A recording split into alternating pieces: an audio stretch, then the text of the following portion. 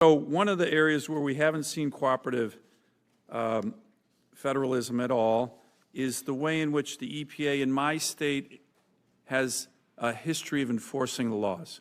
And no offense to my Democratic colleagues, this is always with Democrat administrations. The Obama administration did what they do is they come in with giant, heavy armed agents, body armor, helicopters, like it's shocking. We had a raid on some placer miners in a place called Chicken, Alaska, under President Obama. Over 30 armed agents, body armors, to do what? Do compliance on the Clean Water Act. They didn't find one violation. They scared the hell out of the miners, okay? Then, not to be outdone, the Biden administration has done these raids on small mechanic shops in Alaska. They bring up EPA agents from all over the country, 30 armed agents kicking in doors in mechanic shops in Alaska. By the way, my state believes in the Second Amendment.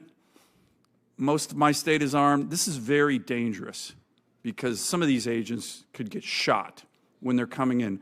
So what's happened is you don't have cooperative federalism. You have rogue EPA agents who are going to enforcement before they talk about compliance. On any of these issues, they could have gone to these mechanic shops. They could have gone to the miners saying, hey, we think you may be violating the Clean Water Act. Can you work with us? No. These guys come. They had 40 agents, all of them armed, raiding these mechanic shops. It is just an outrage. Can I get your commitment to focus on compliance rather than jumping to armed enforcement? And secondly, look, I believe in an armed citizenry. I believe in the Second Amendment. I don't believe in an armed bureaucracy. The EPA is a SWAT team. Do you believe the EPA should even have armed agents? When they go into places, they can just have the local police or local state troopers. You got these guys out of control in Alaska, and it is dangerous. And the current EPA administrator, I sent him letters on this. He didn't answer me. Someone's going to get hurt.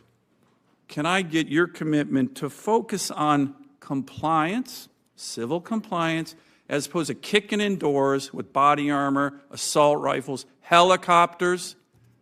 It's crazy, and it's really outrageous, and it happens under Democrats, not President Trump, Democrats.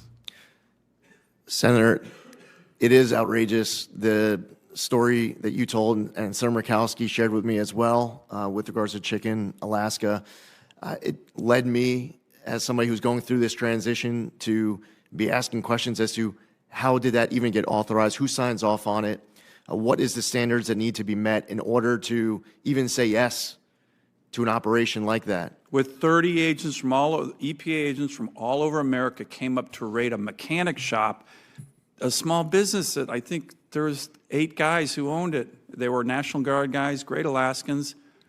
Can I get your commitment on that and to work with me? And do you think the EPA should be armed? I don't. Senator, if something requires an enforcement action on a prosecutorial front, that is working with the Department of Justice. Congress has enacted laws where enforcement is part of the effort. On the compliance front, there are people and entities owning property where there is mitigation that needs to happen and where they want to work with the government to mitigate that situation on their property. We should be working with them to make that happen. Great.